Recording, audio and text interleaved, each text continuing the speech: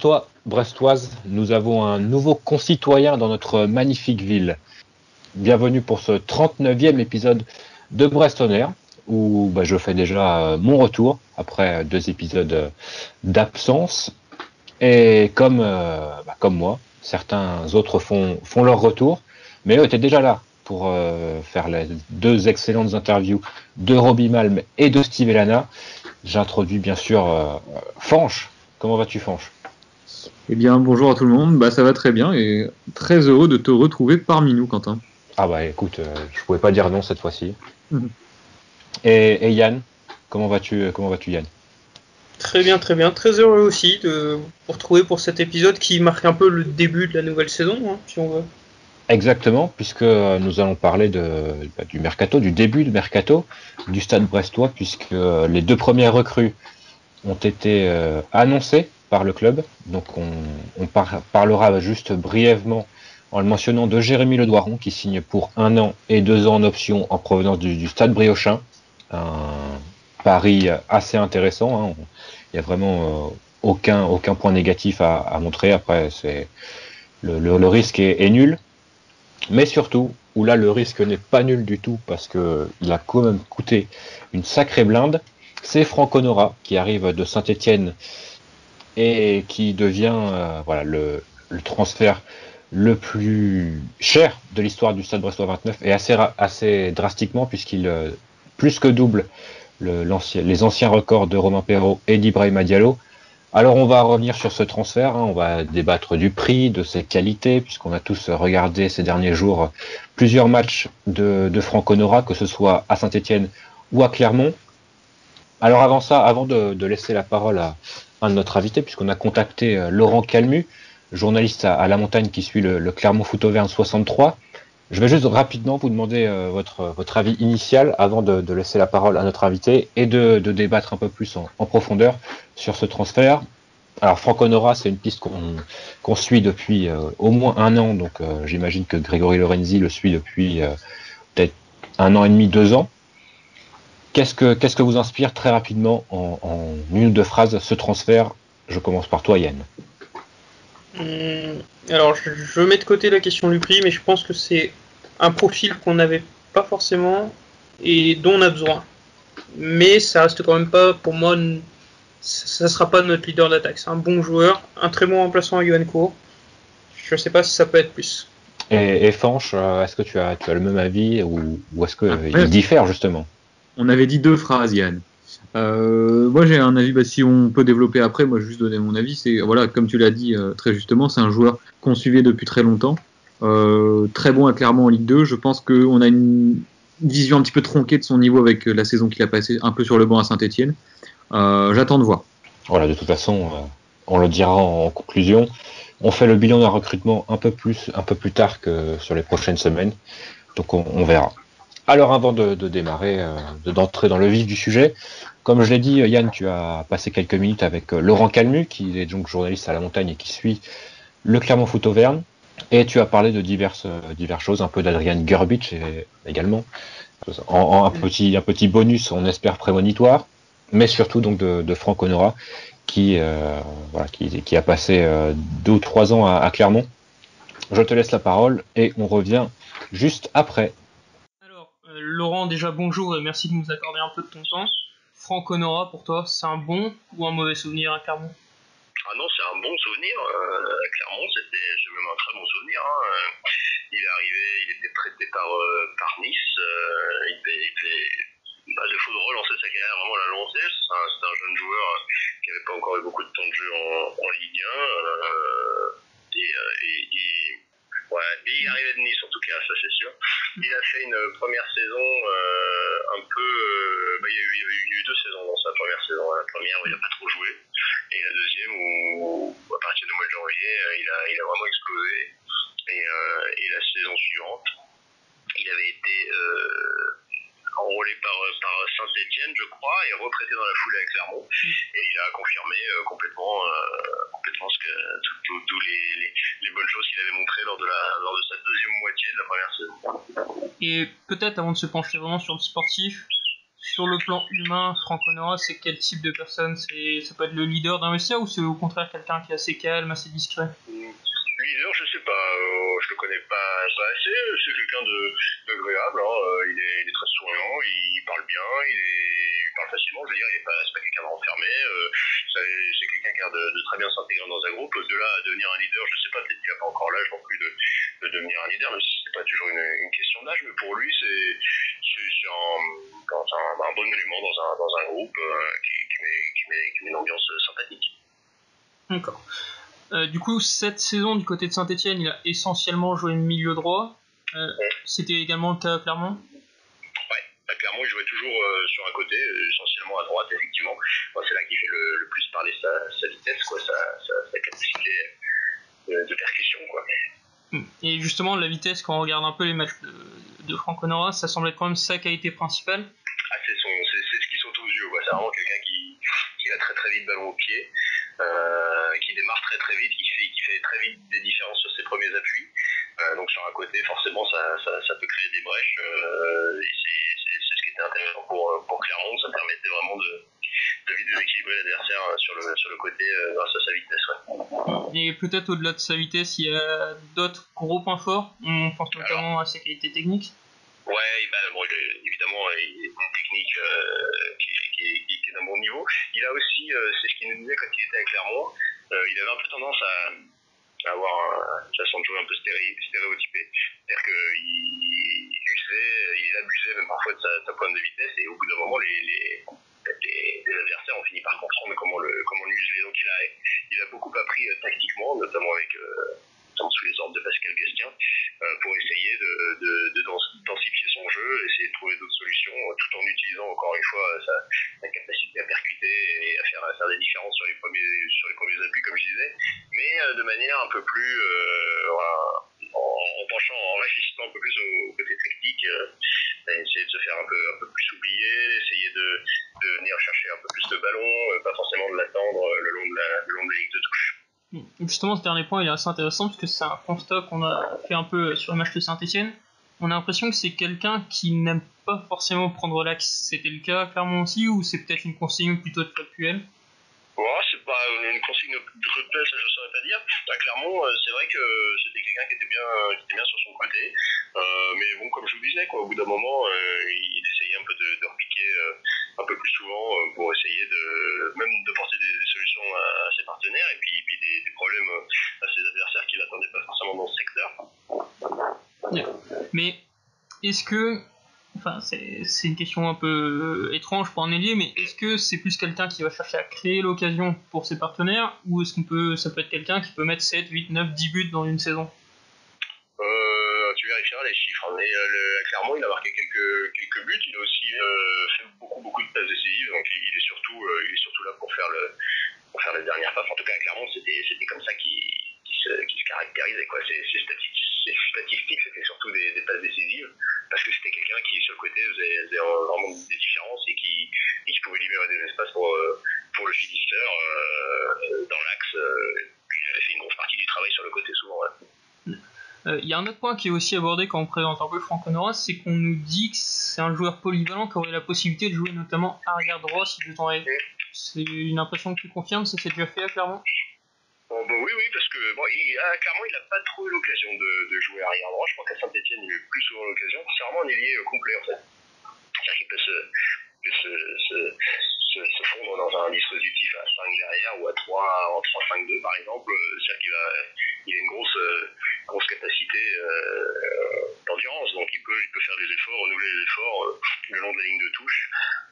Après effectivement, défenseur c'est pas son poste premier, hein, donc je pense que c'est pas ce qu'il préfère, mais peut-être qu'à Saint-Etienne il a sûrement appris à avoir un peu plus de qualité dans un secteur qu'il connaissait pas trop avant d'arriver à Saint-Etienne. Ouais. D'accord. Peut-être pour avoir un peu le pendant négatif, est-ce qu'il y a des points sur lesquels, à ton avis, Franck Honora peut et doit progresser à l'avenir? C'est ce que je disais tout à l'heure. Alors, je sais pas, peut-être qu'à Saint-Etienne il a progressé encore une fois, hein, mais à Clermont c'était ça. On l'attendait un peu trop dans ce registre du joueur rapide qui percute bien et qui peut faire des différences de low kill sur les premiers appuis. Et au bout d'un moment, les défenseurs savaient comment le contrer. C'est-à-dire qu'il a une très très bonne période où on le voyait vraiment au-dessus au sein de l'équipe de Clermont. Et une fois que les adversaires ont commencé à savoir comment il jouait, à comprendre un peu comment ils pouvaient l'user, il a mis du temps à s'adapter. Il a réussi, mais je pense qu'il a encore des progrès à faire de ce côté-là, quoi, essayer de densifier un peu son jeu. D'accord. On va finir peut-être sur une question un peu à 1000 balles. Du coup, a priori, Franck Honora devrait rejoindre Brest pour 4 millions d'euros environ. Est-ce que c'est un prix qui te surprend, toi ? Bon, non, je pense que c'est un bon prix. C'est un joueur jeune, hein. Il avait été notamment présélectionné avec l'équipe de France Espoir, si je me souviens bien. Et c'est un joueur qui a de l'avenir, donc je pense que Brest c'est une bonne opération, avec un chiffre qui me semble raisonnable en tout cas. D'accord. Okay. C'est une bonne recrue, je pense, pour un club comme Brest qui doit trouver aussi des profils qui vont pas forcément coûter trop cher, mais des profils qui ont une marge de progression importante, qui ont beaucoup à prouver encore, qui ont quand même beaucoup de qualité pour pouvoir le faire. Il y a un peu ce cliché sur Clermont qui a une capacité à produire de très bons joueurs offensifs, mais que la plupart d'entre eux ont un peu de mal à confirmer à l'échelon supérieur. On pense à Mathias Penaralage, à Florian Hayet. Est-ce que c'est pas un risque aussi pour Franck Honora qu'au final ce soit un joueur qui ne pourrait briller peut-être que sous un entraîneur comme Pascal Gastien ? Non, je pense pas. Vous parlez de Mathias Penaralage, il a fait une première saison tout à fait honorable du côté d'Angers, donc il faudra voir la deuxième saison, c'est souvent la plus difficile pour un joueur qui vient de Ligue 2.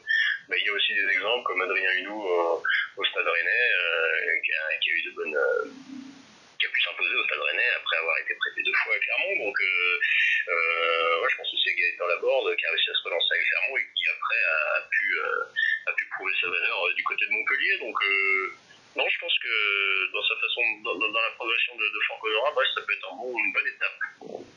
On a aussi des rumeurs insistantes sur Adrian Gerbich du côté de Brest. J'ai un de tes collègues là, du Télégramme là, que je connais un petit peu, Maël Moisan, on a discuté.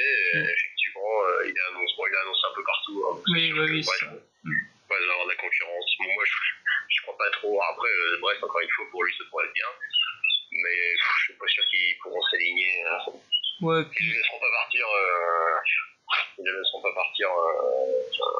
À moins de 10 millions, je pense. Hein. Puis, je suis pas sûr que Brest s'alignerait dans ces conditions. Quoi. Ça. Alors merci Yann d'avoir pris quelques minutes et merci à Laurent Calmu également d'avoir répondu à nos questions. On espère que ça vous a plu. Généralement, l'invité, pour le coup, ce n'est pas un supporter adverse, mais généralement le supporter adverse est plutôt une chronique appréciée de nos auditeurs. Donc on a essayé de le refaire avec des journalistes ou peut-être des supporters, hein, si jamais.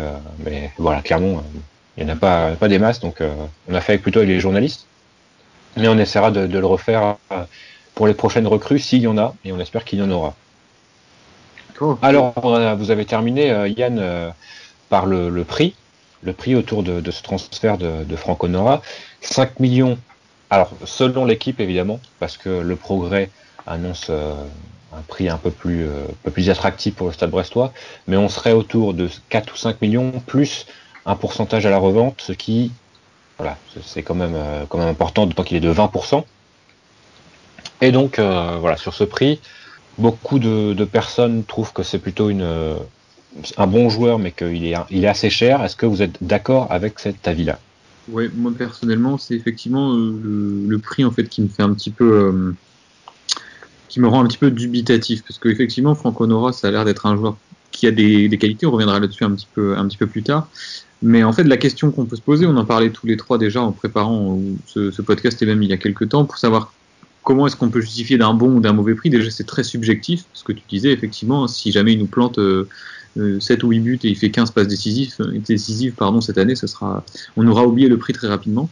Mais la question est de savoir quelle est la manne financière dont on dispose à ce mercato, en fait. Parce que si on a utilisé 15% ou 20% de ce qu'on a pour Franck Honora, pourquoi pas. Si on a utilisé en revanche déjà 60 à 70% au mois de le 14, au week-end du 15 juin, ça me paraît être un petit peu beaucoup. Après, comme je vous disais déjà également hier entre nous, je ne pense pas que Grégory Lorenzi soit assez fou.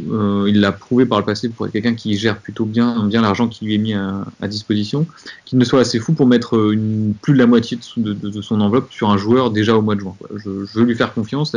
Pour moi, c'est peut-être le signe qu'on a de l'argent cet été aussi à dépenser. Moi, je rejoins évidemment cette interrogation autour du budget global, mais même intrinsèquement, je trouve que c'est quand même un prix assez cher pour un joueur qui, pour l'instant, a juste une saison et demie de certes très haut niveau, mais en Ligue 2, et une saison plus compliquée en Ligue 1 avec Saint-Etienne. Certes, Saint-Etienne qui va mal, mais on met 5 millions d'euros sur un joueur qui, certes, semble avoir des qualités, mais qui n'a pas forcément réussi à les prouver dans l'élite pour l'instant. Et il a joué que 12 matchs. Oui, voilà, il n'a pas eu l'opportunité. Ça fait cher le match quand même. Alors on sait également qu'il y avait donc des surenchères avec divers autres clubs, des clubs notre stature. On parle notamment de Lorient, et bon, ça fait toujours plaisir quand même de battre Lorient sur un dossier. On va le mentionner, d'autant que sur les quelques bruits que tu as pu avoir, Fanch, Loïc Ferry n'était pas trop content, et ça nous fait évidemment très plaisir. C'est un euphémisme, je crois, même le pas trop content, d'après ce que j'ai compris. Et donc il y a eu des surenchères assez virulentes avec Lorient et assez rapides, puisque sur quelques jours on a vu le prix augmenter assez drastiquement. On a eu des premières offres autour de 3 millions d'euros, pour au final se terminer autour des 5 millions d'euros. Donc voilà, je sais pas ce que vous tirez de ça. Est-ce qu'on peut penser qu'il y avait peut-être un manque de second choix après Franck Honora, qui a poussé Grégory Lorenzi à vraiment mettre le paquet sur un seul joueur qui, comme tu l'as dit, Yann, n'a pas vraiment fait grand-chose pour mériter ces 5 millions d'euros. On n'est pas sur une vraie pépite du championnat de Ligue 1, on n'est pas sur un joueur très jeune en devenir, même si voilà, il aura 24 ans le 11 août prochain, et on n'est ni sur un joueur confirmé à ce niveau de la compétition. Il n'a pas vraiment mérité ces 3 millions de plus-value en 2 ans, puisque Saint-Etienne l'a acheté à seulement 2 millions d'euros il y a 2 ans avant de le prêter une année à Clermont. On peut parler évidemment de l'inflation des prix du marché, mais voilà, c'est pas vraiment, ça ne peut pas être la seule raison. Et c'est un peu dommage parce que je pense que Brest était plutôt en position de force sur ce dossier, puisque Saint-Etienne est clairement en manque de deniers et doit passer devant la DNCG le 9 juillet prochain. Donc on aurait peut-être pu être un peu plus patient autour de ce dossier. Maintenant, comme tu l'as dit, Fanch, on sort d'une période de crise, et la bonne nouvelle semble être que Brest n'a vraiment pas de soucis financiers, et Grégory Lorenzi d'ailleurs l'avait dit dans l'équipe, il n'aura pas peur de mettre 3 ou 4 millions sur quelques joueurs, et ça, c'est, en tant que supporter, évidemment, c'est très rassurant. Moi, j'ai 2 petites remarques à apporter. La première, c'est que déjà, les droits de télé augmentent avec Mediapro cette année, donc c'est aussi cela qui explique pourquoi les prix vont forcément, il y a une inflation, ce sera logique, on parle à peu près d'une vingtaine de millions d'euros par club en plus, donc je pense qu'il y a une partie de cet argent qui peut être utilisée, je dis bien une partie, pas tout, je pense, pour les transferts. Et la deuxième idée vient de m'échapper, donc elle va me revenir. Je vous laisse continuer à débattre de ce prix que, effectivement, je trouve très élevé. Et tu disais qu'il a été recruté pour 2 millions d'euros par Saint-Etienne il y a 1 an. Quand on sait qu'il a eu une saison très tronquée, comme de toute façon tous les joueurs finalement avec cette saison arrêtée au mois de mars, il faut quand même noter qu'il revenait un petit peu en forme à cette époque. Il fait une entrée plutôt correcte d'ailleurs lorsque Saint-Etienne vient à Brest. Il rentre à la mi-temps, si je dis pas de bêtises, et Saint-Etienne à 3-0 en plus, donc c'est pas facile. À 3-0. Saint-Etienne fait une bien meilleure deuxième période en la gagnant 2-0 finalement, et il me semblait qu'il était plutôt intéressant. Tout comme Loïs Diony. Oui, voilà, que toi tu veux voir venir à Brest depuis un petit moment. Mais non, ma deuxième idée va me revenir, j'aurais dû la noter, pardon. Moi, je veux juste rajouter un point sur ce que Quentin a dit sur la question des seconds choix. Moi, perso, je le vois plutôt dans le sens où C'est visiblement un choix qui date d'1 an. Grégory Lorenzi était dessus depuis 1 an. Donc je pense qu'il n'y a vraiment aucun doute du côté de la direction sportive du Stade Brestois sur son niveau. Honora, c'était un peu le choix évident. Un peu comme Gurbich à l'heure actuelle, un joueur de Ligue 2 qui sort d'une très bonne saison de Ligue 2 et qui donc est un peu voulu par des clubs à droite et à gauche autour de notre stature, des promus, etc. Et donc, est-ce que c'est pas un peu l'évidence aussi ? Et on peut penser que c'est pas un peu pareil, c'est un peu l'évidence. Et voilà, on était dessus l'année dernière, on a continué à le suivre rapidement. Et du coup, 1 an plus tard, parce qu'il est disponible à un prix qu'on peut payer, voilà, on se rabat sur l'évidence. D'un autre côté, je pense que on peut voir les choses comme ça, mais d'un autre côté, sa saison a été assez compliquée à Saint-Etienne. Il y aurait eu énormément de raisons de dire bon bah non, en fait c'est peut-être pas un bon plan. Et pourtant non, donc je pense qu'ils ont énormément d'éléments, peut-être notamment sur l'attitude du joueur, sur son entourage, qui les pousse à penser que quoi qu'il arrive, ça réussira à Brest. C'est pas un gage de réussite. Moi, je vais rebondir là-dessus. Le fait de suivre un joueur depuis longtemps, voilà. Je prends l'exemple de Paul Lannes qui était suivi également depuis très longtemps. Après, il était suivi aussi pour la Ligue 2. Peut-être qu'en Ligue 2 il se serait mieux adapté et il aurait été plus performant. On sait ça faisait au moins 2 ou 3 mercatos que son nom revenait assez régulièrement, mercato d'hiver notamment. On a vu ce que ça a donné à Brest cette année, une adaptation qui a été quand même assez difficile, et je pense qu'on fera un podcast peut-être où on parlera du précédent mercato, un petit bilan en général, ou en tout cas on pourra revenir là-dessus. Il est assez mitigé à mon sens. Alors là, à mon avis, il ne faudra pas passer à côté de celui de cet été. Et pour revenir sur Franck Honora aussi, Quentin, tu disais que c'était le choix évident, et tu nous en parlais, c'est toi qui as émis l'hypothèse également lorsqu'on en discutait. Est-ce que c'est pas aussi révélateur d'un manque d'idées ? Tu parlais pas de second choix, il y a quand même pas qu'un seul ailier offensif sur le marché. Et là, j'ai un petit peu l'impression qu'on se précipite pour le faire signer. C'est un petit peu l'idée que j'ai. Voilà, un transfert fait dans la précipitation, ça m'inquiète un peu. Alors maintenant, je pense que grâce à ces mercatos précédents, Grégory Lorenzi a clairement gagné le bénéfice du doute, oui. Ce qui est, en tant que supporter, c'est assez agréable d'avoir un mec qui gère plutôt bien ses affaires, généralement en tout cas. Maintenant, ça n'empêche pas quelques ratés à droite et à gauche, mais d'une façon globale, on est sur un coordinateur sportif qui est plutôt cohérent avec ce qu'il fait et ce qu'il dit, puisque généralement il est plutôt pas avare de déclarations, mais voilà, il dit quand même ce qu'il fait dans les médias, et ce qu'il dit est plutôt cohérent avec ce qu'il fait, donc c'est plutôt sain. Mais pour parler du manque d'idées, comme l'année dernière, je tiens un petit fichier Excel avec le nom de toutes les rumeurs qu'on entend autour du Stade Brestois 29, et effectivement il n'y a qu'une seule piste, donc sur une grosse quinzaine, on va dire maintenant, depuis le 24 avril, avec Thomas Mangani qui a ouvert un peu les hostilités. Il n'y a qu'une seule piste qui sort de la France, et c'est donc Ali Maleh, je crois qu'il s'appelle, qui est un ailier prêté par l'Udinese en Turquie. Donc je pense pas que Grégory Lorenzi soit sur un mec comme ça, donc ça peut être une rumeur en l'air, mais effectivement c'est la seule piste qui sort un peu de la France. Et effectivement, on peut se demander si le Stade Brestois n'est pas trop ethnocentré autour du marché français, qui, comme tu l'as dit, Fange, les prix vont clairement augmenter avec l'arrivée des nouveaux droits télé. Est-ce qu'il ne faudrait pas aller un peu plus à l'étranger ? Est-ce que peut-être Grégory Lorenzi le fait et on ne le sait pas, c'est aussi une possibilité, hein. On n'est pas. Dans cette déclaration Ouest France, en tout cas dans un des derniers papiers d'Ouest France, il est indiqué que le club cherche également notamment des championnats de l'Est. Après, d'un autre côté, c'est également risqué, quoi. Peut-être qu'ils ont une connaissance beaucoup plus imparfaite de ces championnats et préfèrent rester dans l'Hexagone. Et de fait prendre peut-être moins de risques concernant l'adaptation, et que comme on est un club qui doit jouer le maintien et prendre des points très rapidement, on n'a pas forcément le temps de permettre à des joueurs qui ne parlent pas la langue, qui ne connaissent pas le championnat, de s'adapter correctement. Alors que on l'a vu avec d'autres clubs comme Reims par exemple, ça peut très bien se passer en tout cas.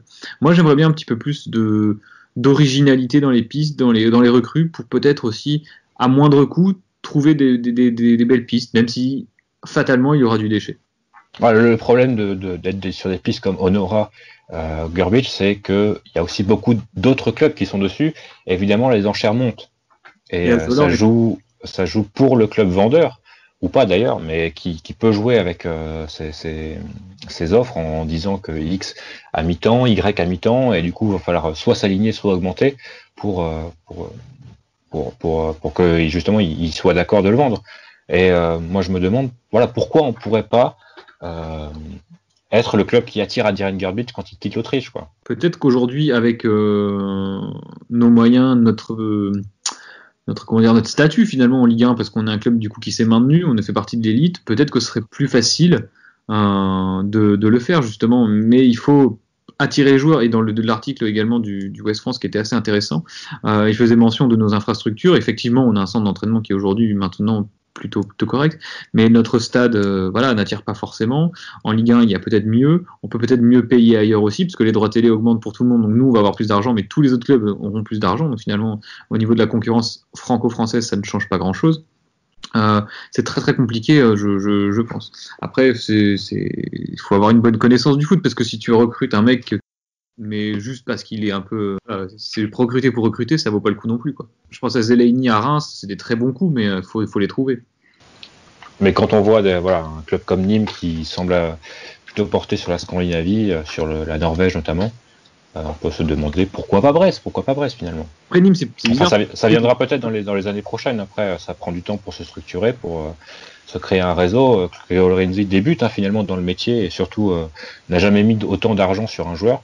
Donc voilà, il a encore le temps d'apprendre et Brest progressera avec lui. Pour l'instant, en tout cas, son travail lui donne raison. Absolument. Donc, laisser le bénéfice du doute, je suis d'accord. D'autant plus que, je reviens encore une dernière fois sur le prix, mais on sait que Denis Le Saint n'est pas quelqu'un qui va forcément flamber et dépenser à tout va. Il est plutôt, il a cette réputation de Léonard d'être proche de son argent. Je pense que le budget est très bien géré à Brest, et donc s'il y a bien quelque chose sur lequel on peut être sûr en ce moment, c'est ça. Donc les 5 millions sur Honora, pour moi, ça me semble très cher, mais c'est peut-être aussi finalement bon signe sur nos capacités, notre surface financière pour cet été. Exactement.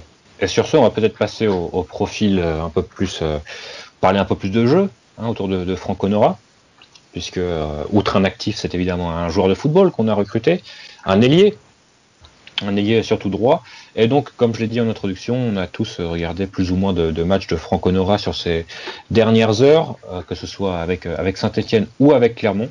Et notamment Yann, qui a fait son travail de recruteur, lui également, et qui va donc rapidement, avant que Fanch et moi-même n'en parlons également, va nous faire rapidement une petite esquisse de son profil sportif et technico-tactique, si on peut parler un peu plus dans le jargon footballistique. De ce que j'ai vu sur ces matchs-là, j'en ai vu 5 au total. Je ressors exactement la même chose que ce que m'a dit Laurent, c'est que sa capacité primaire, ça reste quand même sa vitesse. C'est un joueur qui va vraiment très très vite. Je pense qu'un 100 mètres entre lui et Erwin Cardona, ça peut envoyer. C'est une capacité, on va pas dire que c'est un tout droit non plus, parce qu'il y a une vraie qualité technique à côté. C'est un ailier qui peut être très bon, notamment pour les contre-attaques, quelque chose qu'on n'avait pas forcément l'an dernier. Mais là où j'ai des doutes, c'est un peu sur son culot en quelque sorte. J'ai pas l'impression que ce soit un joueur très provocateur. C'est quelqu'un qui est très bon techniquement, mais c'est pas forcément le genre de gars qui va essayer de frapper à l'entrée de la surface, qui va essayer de faire 3, 4, 5 dribbles. C'est un joueur assez simple au final, qui joue très simple, c'est très agréable. On sait que c'est ce que Olivier Dalloglio aime. Est-ce que c'est un joueur qui peut apporter de la présence devant le but, qui peut te mettre 6-7 buts dans sa saison? J'en suis moins convaincu. Ça, c'est évidemment, il y a sujet à débat. Par contre, il y a un point sur lequel moi j'aurais tendance à dire qu'il n'y a pas vraiment de débat.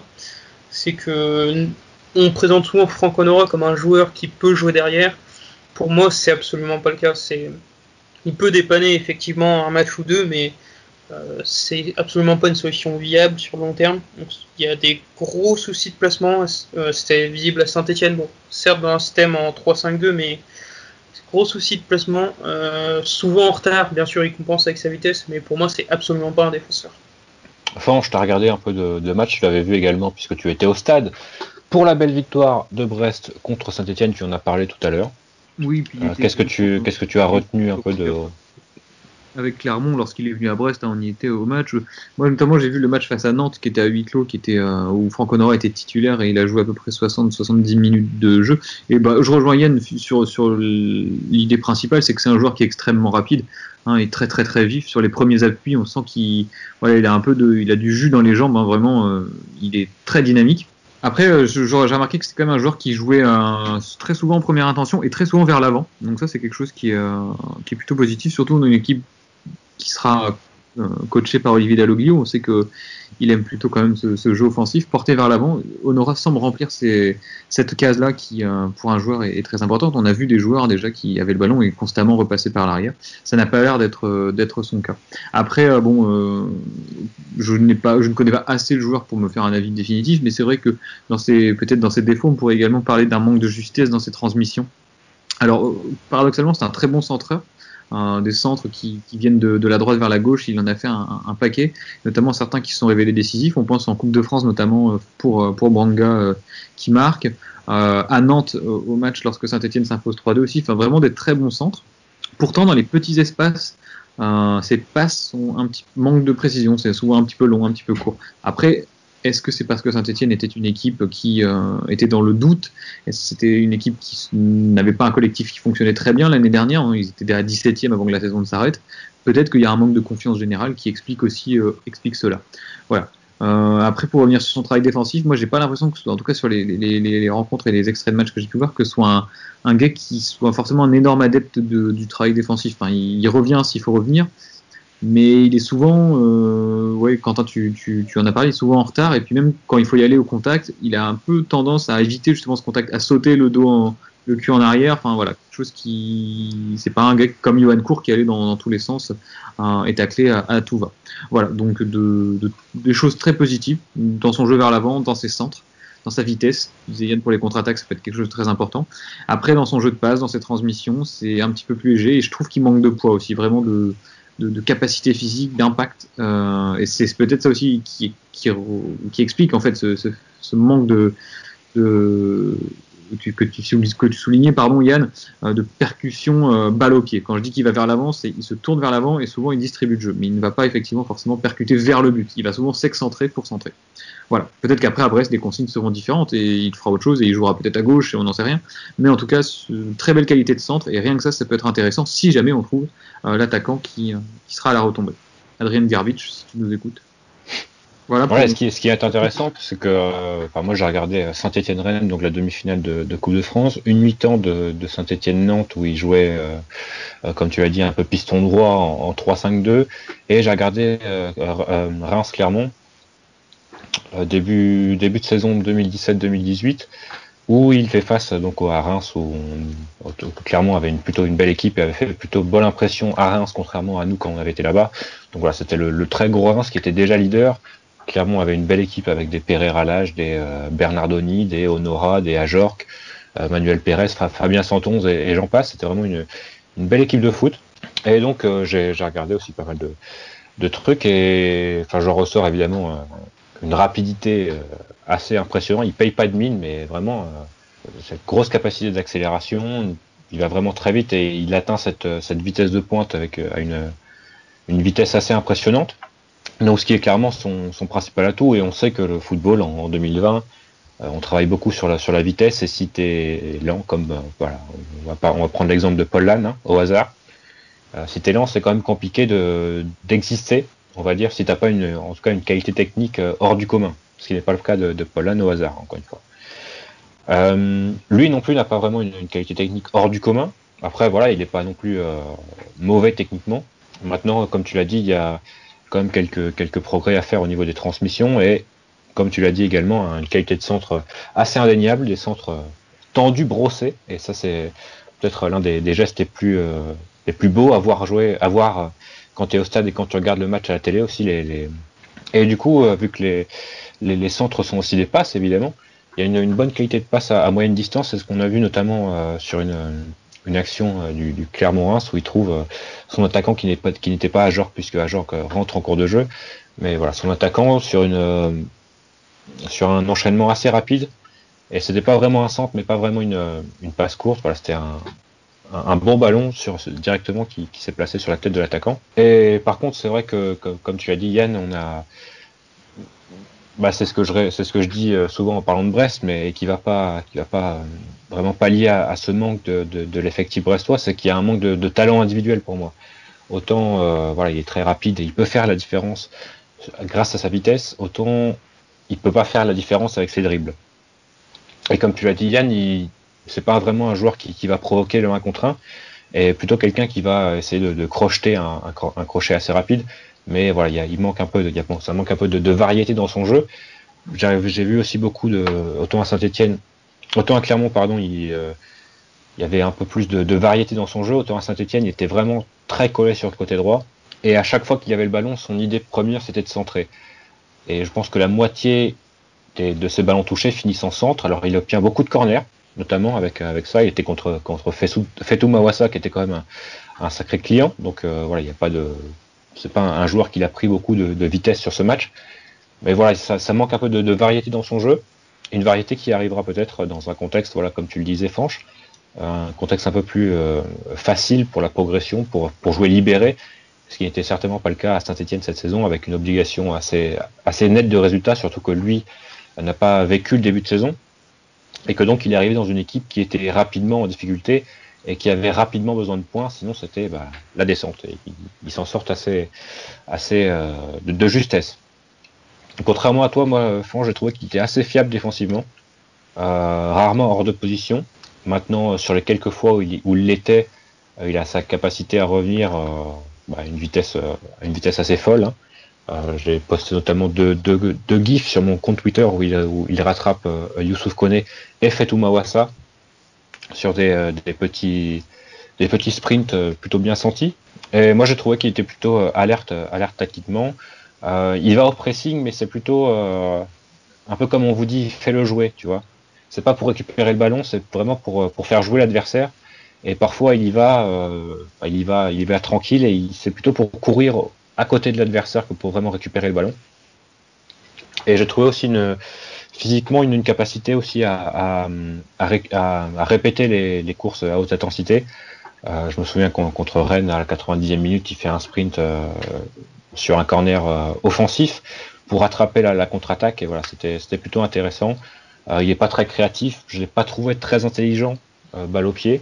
Maintenant, il est pas non plus, c'est pas un gros débile, loin de là. Et j'ai regardé un petit portrait vidéo de lui où il s'exprime plutôt bien. Donc je pense qu'il n'aura pas de problème d'intégration ou quoi que ce soit. Vraiment plutôt un homme intelligent plus qu'un joueur vraiment intelligent, je trouve. Mais voilà. Après, on sait aussi qu'à Saint-Etienne, le jeu passait évidemment plus souvent côté gauche avec Bouanga qu'avec Honora côté droit. Donc c'est quelque chose qu'on n'aura pas tellement ça à Brest. Voilà. Pour conclure, je dirais, je pense qu'il faudra qu'il varie un peu plus son jeu, qui est un peu trop stéréotypé. Évidemment, il se base beaucoup sur sa vitesse, ce qui est logique quand on a un atout aussi précieux dans son jeu.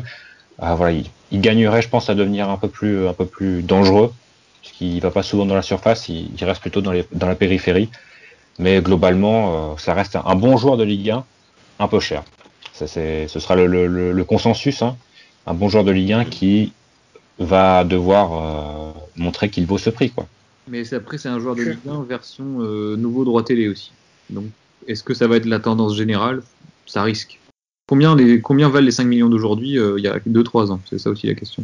Après, j'aurais peut-être juste 2 derniers éléments à ajouter sur Franck Honora. Le premier, malheureusement, il n'est pas dans l'extrait qu'on a avec Laurent, mais on a un peu évoqué le comportement du joueur. Et il nous a expliqué que si Franck Honora a eu autant de mal au début à Clermont, parce qu'il a eu 6 premiers mois compliqués, c'est que c'est pas forcément quelqu'un de très bosseur. Ça me rappelle un peu Samuel Grandsir qui l'a dit lui-même quand il est arrivé à Brest, il n'y avait pas cette culture du travail. Il l'a acquise après, on a vu qu'il y a eu une hausse du niveau. Je me dis que c'est peut-être ça qui s'est également passé à Saint-Etienne, du mal à se mettre au travail. Puis après, il a commencé à jouer en récompense. On peut espérer qu'il arrive à Brest avec cette conscience directe d'avoir besoin de travailler. Ça me semble assez nécessaire dans une équipe qui joue le maintien. Et un autre point qui est assez important à mes yeux, c'est qu'on se focus sur Franck Honora et qui est droit. Mais je l'ai vu notamment contre Reims jouer une bonne demi-heure à gauche, avec un registre totalement différent, avec beaucoup de courses vers l'avant qui libère beaucoup d'espace. Mais un gros point faible, que c'est d'ailleurs toi, Quentin, qui m'a signalé, c'est que, ok, il est bon techniquement, mais pas des deux pieds, quoi. C'est vrai qu'il utilise assez peu son pied gauche, que ce soit même dans les conduites de balle. Il gagnerait peut-être à utiliser un peu plus son pied gauche. Une dernière chose aussi que je voulais ajouter, c'est que il est formé à Nice et le directeur du centre de formation de l'OGC Nice s'est donc confié à France Bleu Saint-Étienne-Loire au sujet de son ancien poulain. Et donc il dit que c'est un joueur fiable et que c'est une mine d'or pour un entraîneur. Il rajoute: après, il y a d'autres paramètres que je ne maîtrise pas et que je ne me permettrai pas de juger. Il ne peut que progresser. Imaginons le niveau qu'il pourrait avoir dans 1 ou 2 ans à la SSE, mais pour ça, il faut qu'il joue. Et ça, voilà, il pourra uniquement progresser à 24 ans, c'est important de jouer.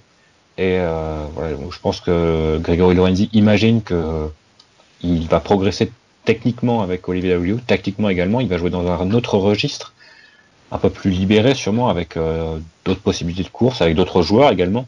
Avec un Gaëtan Charbonnier, c'est toujours plus facile de bien jouer. Et j'avais plutôt un avis un peu négatif, et finalement, après avoir vu le match contre Rennes, je trouve que c'est un profil différent, comme tu l'as dit Yann, de ce qu'on pouvait avoir l'année dernière. Et je suis assez excité. Je pense que c'est un joueur qui se fait se lever les foules. Nous on sera toujours debout normalement, en tout cas si on peut aller au stade en route de Quimper. Mais c'est vrai que c'est un joueur, je pense, qui peut apporter un peu de frisson dans un stade, et par ses accélérations notamment, plus que par ses dribbles.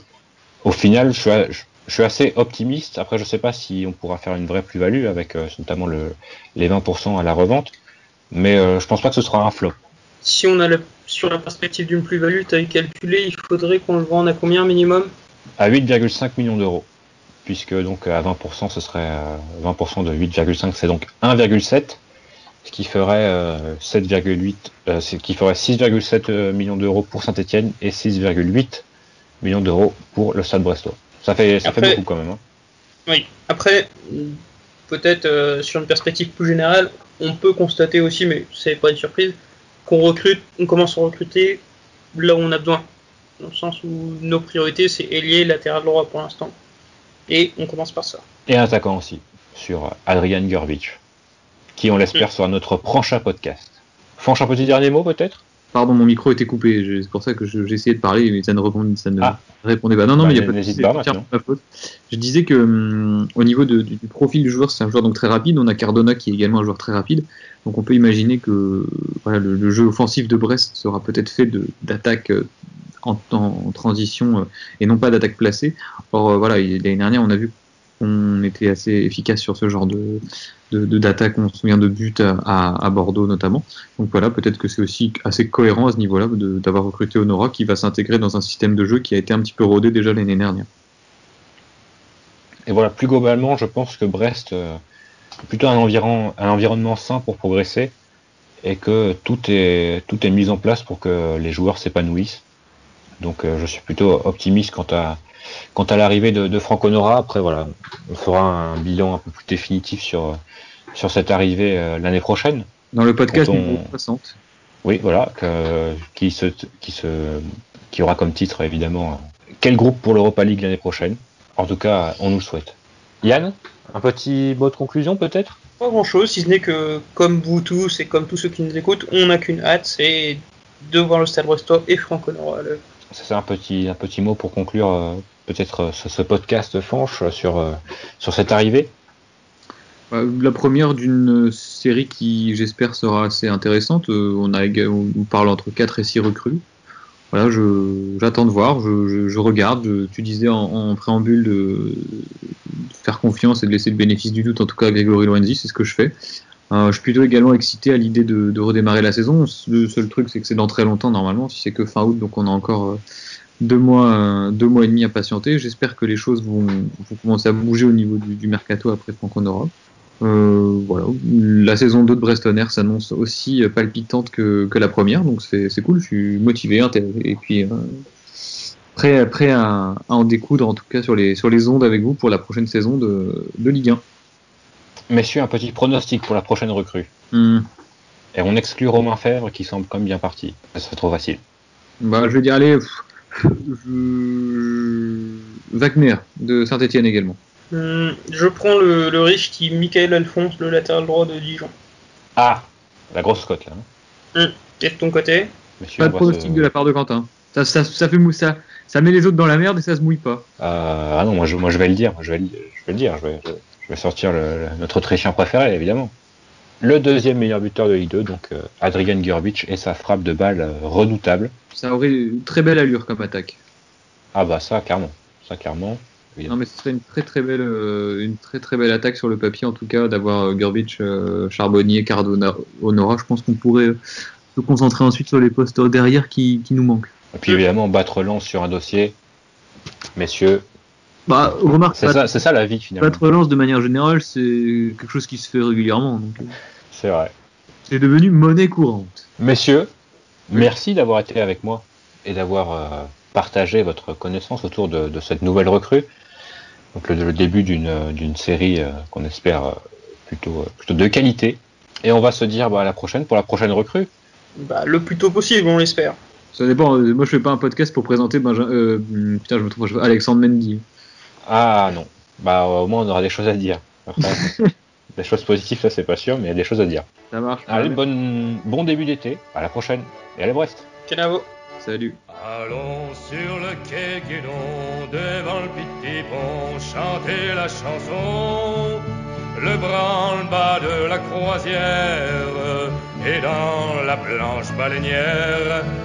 Jean-Bouet, notre brigadier, son bol est caplé un peu sur le côté. Me rappelle mon bâtiment, c'était le bon temps, celui de mes 20 ans.